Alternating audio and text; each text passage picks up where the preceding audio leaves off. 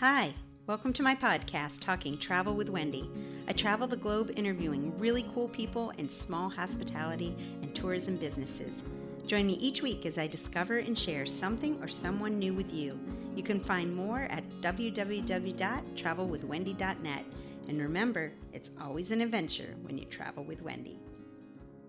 After 2 months of group tours and travel bookings, I am back. And today I'm going to talk about one of my small group tours, the Danube River Cruise. This past April, I had the opportunity to travel with my friend Vicky Turbach, Travel by Vicky, and bring 14 travelers with us from Budapest to Vienna. I love traveling in small groups. I first began putting together small groups when we were stationed in Germany from 2014 to 2019 and discovered I loved helping travelers connect and introducing them to cities I love and communities and share the common bond of exploring. We partnered with Riviera River Cruises this time and aboard the MS William Wordsworth. They named their ships after English writers. This elegant fleet of boats that sail along European waters has the same ethos as I do. Cabins that are exquisite and comfortable with exceptional menus.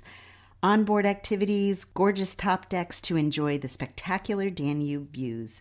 We absolutely love the staff. They were professional, courteous, and a lot of fun. A special shout out to Karen and Raul, Bogdan, Shladi, Irina, Giovanna, Sasha, and Dion.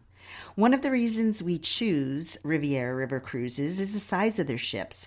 Amazing reputation, their British fleet so you can speak the language, and their affordable price point. European river cruising can be the most expensive way to travel in Europe, and we partner with Riviera because it is an unbelievable tour for the dollar. We will also be sailing again next spring in April along the Douro Valley in Portugal. So if you're interested in Portugal, I'll put the links below in the description. And let me know if you're interested. Early commitment deals end August 15th, 2023. And at the moment, superior drinks packages included, and the cabin availability is still high. So another reason we love Riviera is their unique itineraries, and our Blue Danube River Cruise itinerary was awesome. We began our tour in the Hungarian city of Budapest. That's how you pronounce it. We all met up a day before our cruise and we toured the city together and had the opportunity to enjoy some great eats at the DunaCorso, which is a restaurant that has live music that is amazing, and we made new friends. I'll include some of the music and the songs that we listened to in the upcoming vlog. If you haven't visited Budapest yet, you are missing out. This is my second visit here, and I'm dying to return to see a bit more. We were able to hop on board the boat a little bit early on the day of embarkation because the rain was just absolutely horrific in town. So they let us check in, and the staff on board was lovely, and they offered us to sit in the lounge and have some drinks and appetizers while we were waiting to check in. Our first port city was Esztergom. Esztergom is one of the oldest towns in Hungary and a royal capital during the medieval times. We enjoyed a guided tour of the famous basilica. It was really incredible. The history here was everywhere and in every corner. We also enjoyed walking through this town and did a bit of discovering on our own. Definitely a city on the rebound. You can see where the communist control and the economy recovery are still making their way back. We were able to find a famous bakery and chocolatier, Zamos, and this is where the confectioner opened his first store in Esztergom in 1986 and made the first brandy marzipan cherry here. Chocolate and marzipan sculptures lined the shop, and it was small, seats were hard to find, so we just purchased our trinkets and souvenirs and toured the town. One of the travel tips I have for Hungary, this is one of the countries in the EU that prefers if you use their currency. So the florin, I would definitely recommend getting about $200 worth at a local ATM with your American debit card at a real bank. Never get any money at an exchange center or a kiosk in the tourist district. These are traps and charge high fees and have bad exchange rates. Our next port was Bratislava. This Slovakian fast-emerging city is becoming so vibrant. We arrived during a marathon running race, and it was incredible to see the overwhelming community and support. If you think you've heard about this town, it probably is because you have. Not new to the Danube River Cruise itineraries, but for new to destinations to explore. Bratislava, Slovakia, is set along the Danube River and borders Austria and Hungary. The influences can be felt everywhere, and it's surrounded by vineyards and the little Carpathian Mountains, and is a haven for hikers and cyclists for its beauty and challenging trails. Our tour included the 17th century Bratislava castle that was super impressive and its expansive views over the river. Our guided tour of the city in this incredible imperial town was really majestic, and we enjoyed some lovely pastries and drinks at the Kormuth Konditerei. Famous for their specialty coffees and hot chocolates with liqueurs, I enjoyed a Cafe Vienna. Oh my God, it was so delicious. Check out the blog and the vlog for pictures and video. The drinks are served in historical porcelain, and the design of this pastry shop is nothing short of a palace. You'll love it. If you come with a group, it may be a bit of a wait, and there is a €15 minimum to have a seat in the cafe, but totally worth it. Yum. The next stop was Dürnstein and Melk. Dürnstein, Austria, is known for their icy blue abbey and the views of the Danube it captures. On our visit, we were able to hike to a castle where Richard the Lionhearted was imprisoned and then later killed just outside the castle walls. The storytelling up the hill was pretty incredible and kind of creepy. We woke up early morning to make sure we had plenty of time to return to the boat for the guided tour of the city as well. And we traveled on to Melk. After that, we visited the Benedictine Abbey in Melk, which was originally a castle, and you can totally tell. Additionally, it was converted into the Baroque style during the 18th century and remains a monastic school and monastery still today. The abbey hosts a 214-yard long gallery, but no pictures here. This ornate library with many rooms is especially enchanting to avid readers.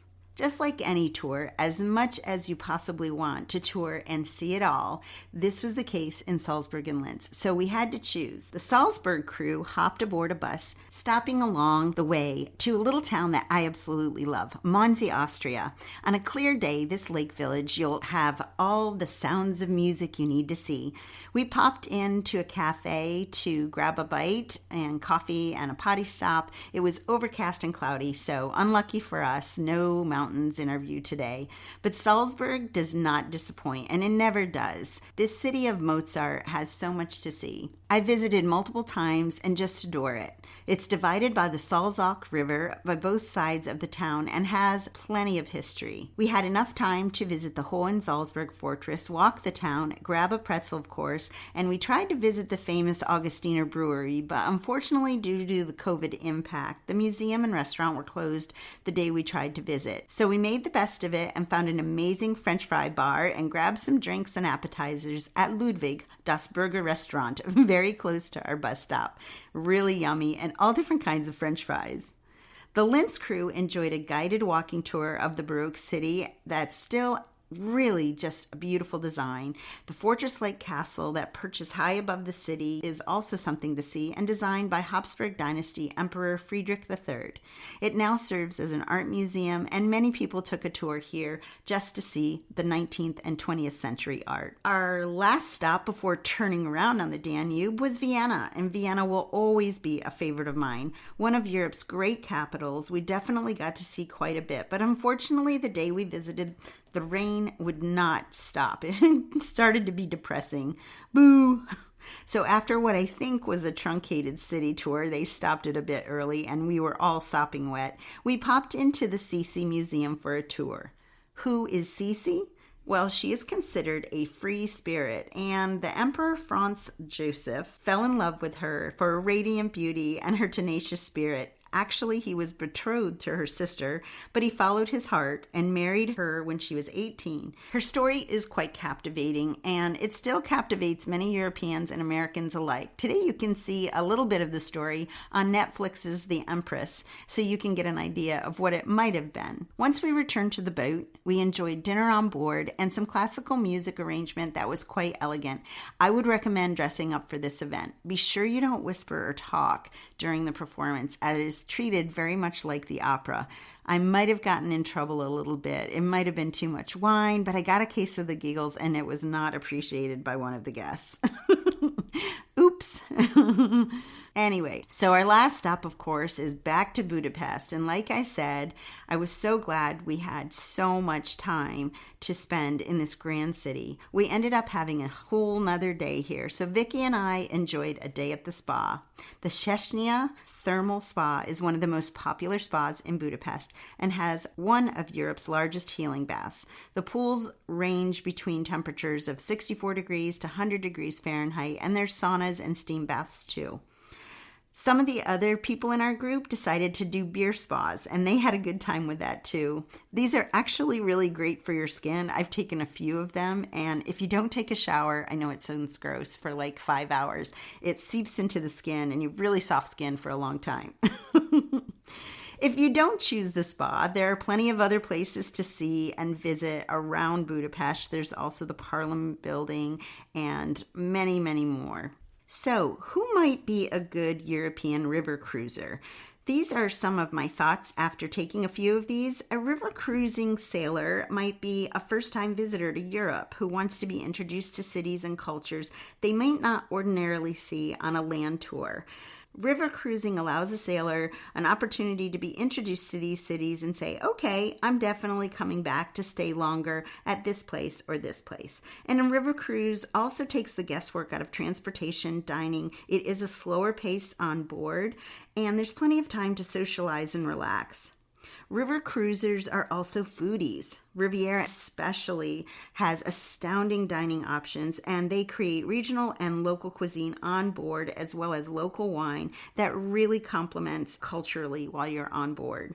More about that soon. River cruisers also tend to be a bit older traveler who's interested in history, culture, and letting the tour guide them. The riverboat also doesn't wake you up at the crack of dawn to make you go on a tour. So tours are included. It is up to you whether or not you want to take them. They also have bicycles available. Riviera is one of the cruise lines that offers them on the rivers. I absolutely love this. All you have to do is visit the concierge desk and say, may I borrow a bike and tour the city today. Instead of going on the scheduled tour, they have plenty available for you to take out for the day, as well as recommended routes. Another thing that I love about Riviera River Cruises is their fine dining. Oh my goodness, you will be amazed at the options of your meals. And there's a little restaurant also on board at the stern of the boat as well. Reservations are required, and I recommend people doing this on the day you arrive because they book up quickly. We were able to arrange a private dinner meal for our group for one of the first nights on the ship. It was excellent. We were able to connect as a group and learn more about each other. Okay, so what's included in a river cruise? Because it is definitely different from ocean cruising. And what is included in a package? When you book with a travel agent, we typically quote you a price that includes your port fees, taxes, etc., and in some cases, drink packages. Superior drink packages are typically separate on a river cruise. However, for our upcoming Portugal cruise, we have included the superior drink package as well. All the tours and excursions off the boat are included too. These aren't extras. A lot of times those are extras for ocean cruising. If there's a special tour that is not a part of the package, for instance, the Spanish horses while we were in Salzburg was not a part of it, they'll let you know way ahead of time the price, the time, and what the ticket actually includes. I think it was just 14 euros extra. Riviera also partners with locals to be tour guides for the cities and museums that they visit. And I have to say, some of these have been the best I've ever met. Knowledgeable, interesting, and fun with their storytelling and history. What about on board? We had so much fun. They have music playing in the lounge every afternoon. So during cocktail hour, it's just really nice to go up there. And the pianist will sometimes be playing 80s music. And then we also had a wonderful trivia bingo night where it started to become a heated debate between the Brits and the Americans. A lot of fun. A lot of laughter, and it was a little bit competitive, but but lots of memories. We also went through the locks together. There were several locks going through the Danube. This was something that the ship staff brought us all together, made announcements. They just do a really good job with activities on board. So traveling in small groups, like I shared before, this is one of my favorite ways to travel. And although we were part of a bigger cruise, our group connected and enjoyed getting to know each other and the others on the ship. When Vicki and I travel with a group, we are able to help fine-tune details, make special requests during and after your experience. If you're interested in joining us, or you are a solo traveler looking for companions, you're welcome. I'll also be traveling to Scotland again with CIE Tours in May of 2024, a really amazing itinerary that includes castle stays as well.